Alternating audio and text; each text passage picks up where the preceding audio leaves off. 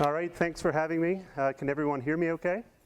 All right, my name's Andrew Milner, and I'm the paleontologist and curator at the St. George Dinosaur Discovery Site at Johnson Farm. Big, long name, but pretty spectacular site. So I'm going to kind of run you through. So our site's located in St. George in southwestern Utah in Washington County. How many of you have been to the St. George Dinosaur Discovery Site? Excellent. If you haven't been, you might want to check it out if you're passing through. Anyway, let me see here. Get this controller right. So basically, this is a really old topo map. You can see basically Washington and St. George are now all meshed together as one city. They've developed the town down here in Washington Fields, south of town. It's even spreading down here close towards Warner Valley where they built the new airport. The big red track represents approximately where the St. George Dinosaur Discovery Site's located. On the northwestern side of the Virgin River. It's actually located right in town. So the best way to get there is off exit 10 on I-15 and down Riverside Drive. And anyway, the site's pretty spectacular. Also some other well-known sites. These track sites up here, this is the Spectrum Dinosaur Track Site and the Washington Water Tank Site, and then the famous Warner Valley Dinosaur Track Site. And that's on BLM land, and they've set up some really great interpretation. Just to kind of complete the map a little bit more, kind of showing you more track sites. So there's tons and tons of tracks around the St. George region. Actually, when I started working there in October of 2001, there were about 150 to 200 paleo sites known in all of Washington County. We're now over 650 paleo sites, and I'd estimate about half of those are dinosaur track sites and other types of reptiles. And just to kind of show you the area, so we're talking about almost a kilometer square area, so a very small area, and you can see the high concentration of fossil sites. These are all of our localities right along Riverside Drive. Number one represents where the museum is located. The city of St. George purchased the property across the street. When you're there, you'll notice there's a great big school right here, where number 11 and 12 and 4 are located. That's Fossil Ridge Intermediate School, and they discovered, when they were building the school, we made a lot of big finds. Jensen Ridge to the south is now completely gone. There's an LDS church there. And right here, they're building a great big Smith's store. So we're up on the hill, and we're now looking onto the roof of a big grocery store. So the place is developing so rapidly. As a matter of fact, because of the development, that's actually what led to the discovery of this site. Here's Dr. Sheldon Johnson, discovered the site on February 23rd, 2000. And what he was doing was leveling a hill on his property. And one of these big, large sandstone blocks, like you see here, fell out of the back of his dump truck, landed upside down, and he saw this dinosaur track. What he thought it was, he thought he found a dinosaur, and its foot was sticking out of the rock, so he thought he actually found a skeleton. But in fact, what he was actually looking at is the natural cast, so the sand infill of the actual track. You can see as well, we have lots of different kinds of tracks. This is Eubrontes, by far the most common one on the surfaces that Dr. Johnson first found. Other types of tracks, the most common type of dinosaur track is a footprint called graulator, which is made by small meat-eating dinosaurs. And then we have Batrachopus, which are made by little crocodilian relatives, and Anomepus, which are made by small plant-eating dinosaurs. So the age of this site is late Triassic to early Jurassic. There's some studies going on right now. Actually, Selena Suarez, who will be giving a talk a little bit later, has been working with me and Jim Kirkland down in the region, and we've actually come up with some ages down in the Monavi Formation, lower down in the Dinosaur Canyon member, which kind of places the age in the late Triassic and into the early Jurassic. So basically, here's a strat section showing you the fossils through the site, measured by Jim Kirkland. The bottom, we have the Chinle Formation, which is late Triassic in age. So we put the Triassic-Jurassic boundary somewhere in this area. We're not exactly sure, but that's kind of where we think it is. Basically, the Monavi Formation is divided into the Dinosaur Canyon member at the base, and we have 4 track horizons in the lower part, including a plant locality. And then we have what's called the main track surface, right here, the main track layer with a top surface track site. So when you come to the museum, you're going to see this big track site inside the museum. So the museum is built directly over the track site. And then you can see right at the very top we have a dinosaur. We do have dinosaur remains at the site associated with tracks. We also have thousands and thousands of fish fossils. So basically this represents the margin, western margin of a large freshwater lake we call Lake Dixie. Ron Blakey's map here kind of showing what the area might have looked like in the late Triassic, early Jurassic. You can see these great big sand dunes. This represents the Wingate sandstone to the east, and then the large lake represents what's called the Whitmore Point member of the Mojave Formation. This is what natural outcrops of the Whitmore Point look like. This is Potter Canyon, Whitmore Point, just a little bit east of Colorado City, very close to the Paiute Reservation and Pipe Springs National Monument, just across the border in Arizona. And you can see this red unit down here at the bottom, that's the Dinosaur Canyon. And then all these nice fine beds is the Whitmore Point member, with the Kayenta Formation on top, the Springdale Sandstone. That's actually Whitmore Point, where the type section was first measured for that unit. And this is Warner Valley, the upper part of the Whitmore Point with the Springdale on top. Some beautiful outcrops with stromatolites preserved and things like that. Lots of fish fossils. Going back to April of 2000, here's Jim, Martin Lockley, and myself examining the undersurface of some of these large blocks as we were quarrying them. And flipping over these big blocks, you can kind of see with Sheldon Johnson's personal track hoe, and we were mapping the undersides of these surfaces of the footprints. And Sheldon Johnson also built a temporary roof without a permit, but he went ahead and did it anyway. And that's basically to try and protect the tracks. That's now the location of the museum. So over the years, pretty insane, starting in 2001 all the way to 2008, early 2009, intense quarrying because of all the construction going on around us. Basically, St. George is built over an enormous fossil site. We've been able to trace the Johnson Farm sandstone bed, that unit that I showed you with the main track layer on the base and the top surface on the upper part of the unit. We've been able to trace it 10 miles through St. George, so it's actually a mappable unit. And you can see some of these large spectacular blocks in the upper part of the Dinosaur Canyon member. These are now in place inside the museum, including this block, which weighs 26.5 tons, 52,000 pound block. This is excavating the plant locality, and there you can see Fossil Ridge Intermediate School in the back, which is, anyway, this site is now completely gone. So this is that 26.5 ton block. Darcy Stewart, one of the local developers, co-owner of Sun River, he donated a lot of money and his crew's time while, he's a developer. So he put a lot of money and time into actually getting these track blocks into the museum, including construction of this giant wall, which we completed renovating in 2014. We also did photogrammetry of the entire surface. Has a total of 167 dinosaur tracks on it. It's a pretty spectacular wall, and we're hoping to get the signage up for that in a couple of months. Here's a guy some of you might recognize down in the prep lab, Tyler Berthasell. He was actually our first intern at the St. George Dinosaur Discovery Site back in 2005. So that's where Tyler actually got his first paleo training. So you can see the museum being constructed in the background. We had tons of volunteers helping us with the process of excavating. Lots of them Utah Friends of Paleontology members. This is our one of our former volunteer coordinators, Teresa Walker, unfortunately passed away the year that the museum was constructed. And here she is with the crouching dinosaur trace, which I'll talk to you about in a minute.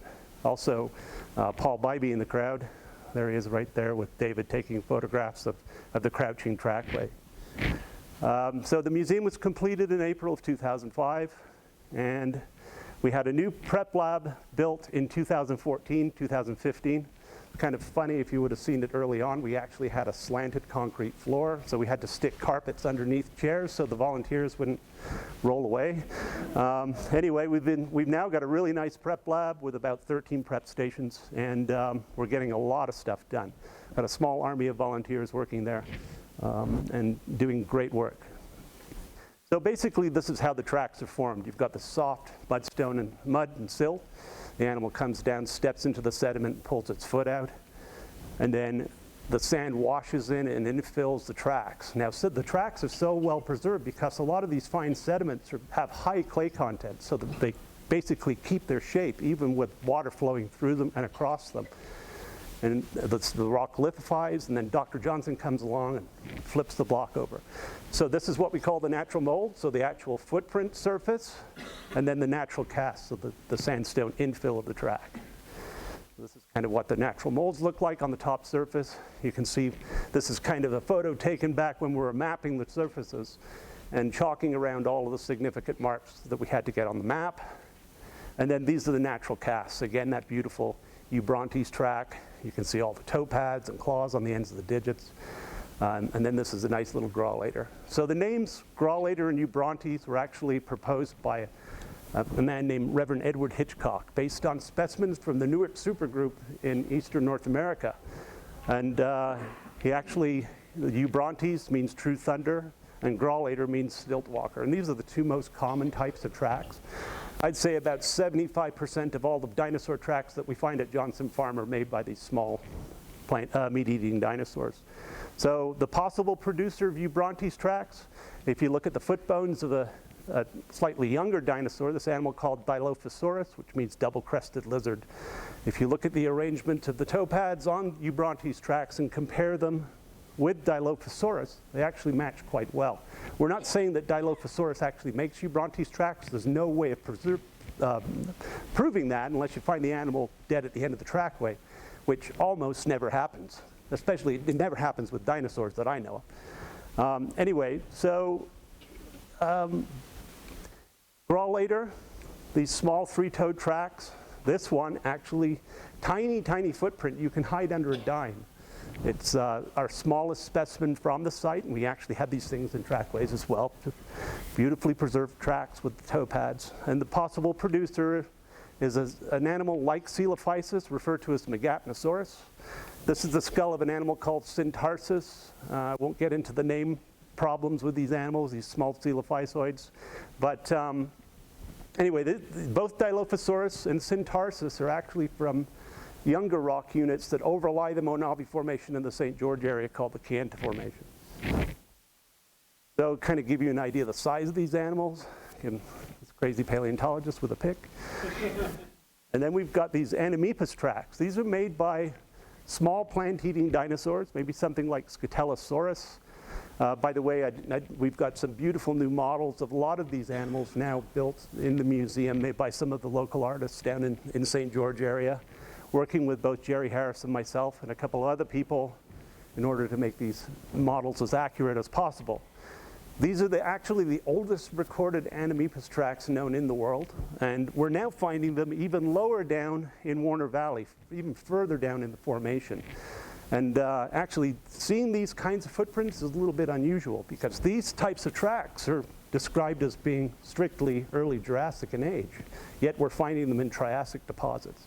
We're not finding typical animals like phytosaurs, dinosauromorphs, edosaurs, things like that lived in the late Triassic. We don't find any typical footprints of those kinds of animals. So there's something unusual going on in the St. George area based on the age of the rocks. Batrachopus tracks, these little tiny crocodilomorphs, and possible animal that produced them is something called Protosuchus, which is known from the Monavi Formation in northwestern, hold on. Yeah, north central Arizona, Ward Terrace area on kind of the Navajo reservation. There have been complete skeletons of these things found in the Dinosaur Canyon member. We have these things in trackways actually preserved on the track site surface in the museum. Animals walking and going from walk to swim and swim to walk. So we're seeing these animals moving in and out of the water as well. Speaking of swim tracks, we have the largest and best preserved collection of dinosaur swim tracks known anywhere in the world. Because of the clay content, we see spectacular detail preserved on a lot of these claw marks. Again, they're natural casts on the undersides of the blocks. And here you can see right here where the claw enters, pulls through, stops briefly, and then pulls out. So this smooth area is actually the cuticle, the nail on the dinosaur's claw.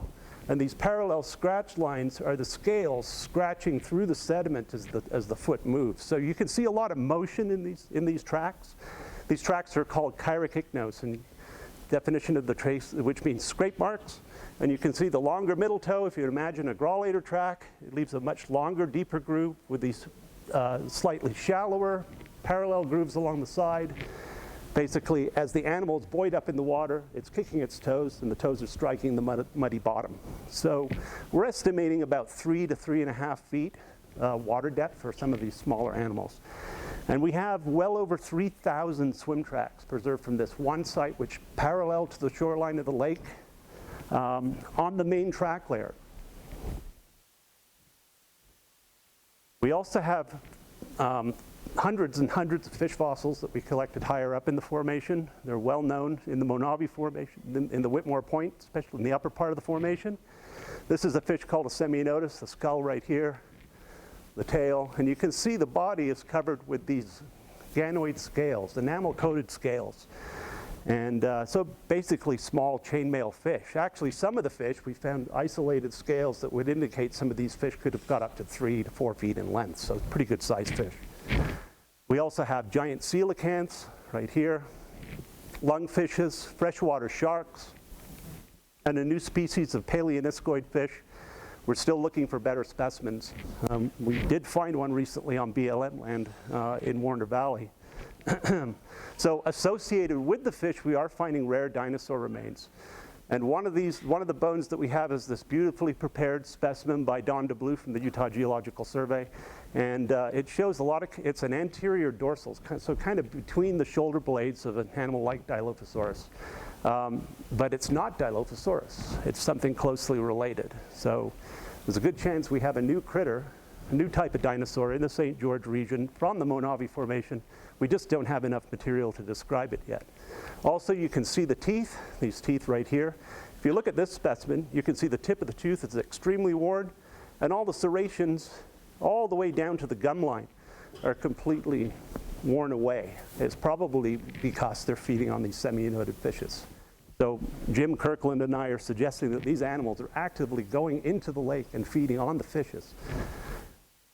So here's Russell Hawley's reconstruction of Dilophosaurus without crests, going after the big semionotid fishes. Plants from the Dinosaur Canyon member were also able to, again, at the same site, able to kind of reconstruct what the flora was like. We have lots of different kinds of conifers. Actually, one of them is named after me. The authors asked me if I wanted to be a co-author, and I didn't really want to do that, so they named a plant after me, which is kind of fun. And then we've got these conifer cones, scales and cones. You can even see some of the cones attached to the ends of these branches, called St. Georgia, so a plant unique to St. George. These two taxa right here. We also have ferns and horsetails. Now the top surface track site, the one that you see when you walk into the museum, the in-place track surface.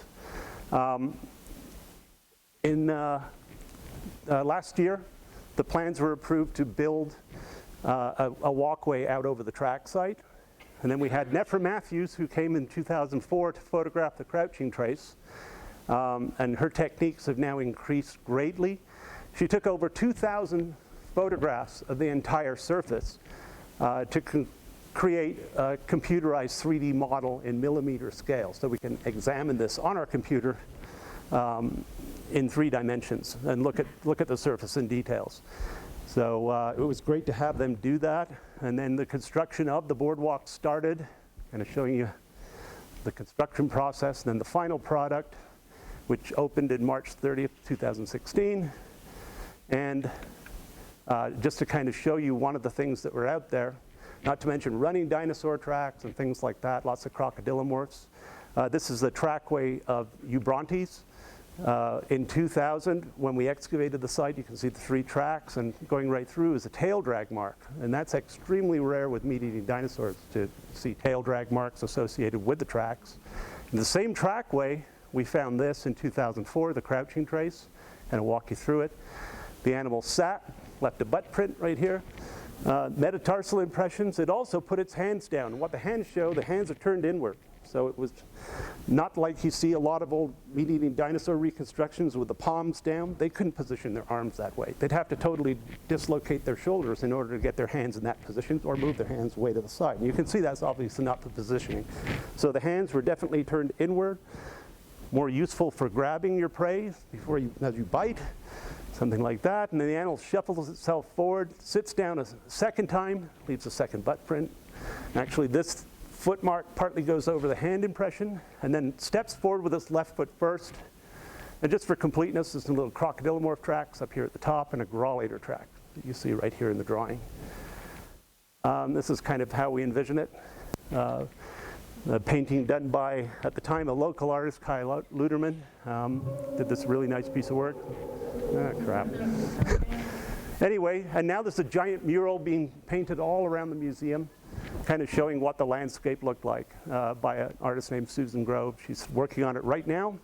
If you're interested, we have books down in the lobby by Jerry Harris and I on the track site. And lots of people to thank, and I want to throw a big shout out to the Laverna and Sheldon Johnson. Unfortunately, we lost Dr. Johnson late last year at the age of 90. Anyway, thank you.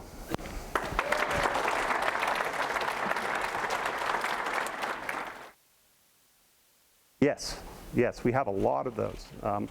You also see tracks, so what's called the under track as well. So we have slabs where you see the under track, well, the actual track surface when you pop them open, sometimes preserving skin impressions. And then we also see how the track changes through the beds, multiple layers made by the same animal. Any other questions? Yep. Oh, the crouching trace. Well, the crouching dinosaur trace, there are only 10 known resting traces now in the world of meat-eating dinosaurs. So they're extremely rare in the fossil record. And we just happened to get extremely lucky when we were excavating that surface. And the wall, we had to rechange the position of the museum because of the significant discovery. So actually the third time it happened. So yeah, crouching traces are extremely rare. In meat-eating dinosaurs, not so much with the plant eaters like Animepus track producers, they're actually quite common. Although we haven't found any yet in the American Southwest as far as I know. Okay. All right, yep. They are. There are a couple of sites that have been set up for interpretation. There's the Warner Valley track site, which is a BLM run site. Unfortunately, there's a few that ruin it for others, and they come in and they vandalize the site. And unfortunately, Warner Valley's experienced a lot of that in recent years. The last thing was the destruction of two of the really nice large Eubrontes tracks that you see at the site, big trackways. So we try to keep a lot of track sites quiet, you know, but if you know what you're looking for, there are lots and lots of tracks out there. There's also another site called the Spectrum Track site, which is on state land, and I kind of showed you south of I-15, very close to exit 13, and there's a little walk you can do up the wash, and that's a nice solid surface. Then again, before the site was fenced off, somebody brought a track hoe in and tried to steal some tracks. So it's a really common problem, vandalism to track sites. Yep. What you usually do with tracks, and it doesn't work for everything, these early meat-eating dinosaurs you can kind of do this with, but you basically take the foot length, multiply it by 4, and that'll give you the approximate hip height. Of course, if you're looking at modern birds, that's a little bit difficult. I mean, you've got birds with great big long legs and tiny feet, birds with great big feet and short legs, so it can be difficult. But these early type of meat eaters, they're kind of a standard size as far as we know, so basically.